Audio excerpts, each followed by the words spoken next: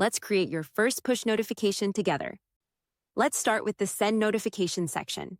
This is where we compose notifications and choose whether to schedule them for later or send them immediately. The first field is the URL, followed by the title and the message. All three are required. The URL is where users will go when they click the notification. The title could be a product name or an article heading. The message is a longer, more detailed description. For example, if we are using an e-commerce platform, the title might be the product name, and the message could give more details about the offer. This is how the notification will appear. To make it more appealing, we can add a large image, such as a product photo or a picture showing a sale or discount.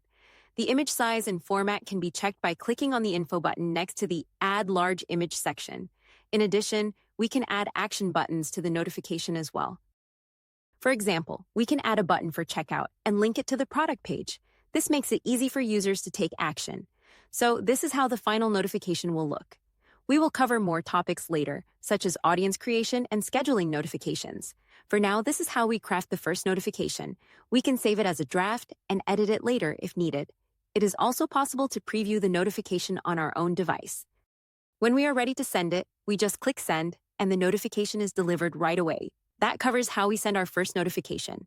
In the next videos, we will explain how to personalize notifications, schedule them, and other advanced features.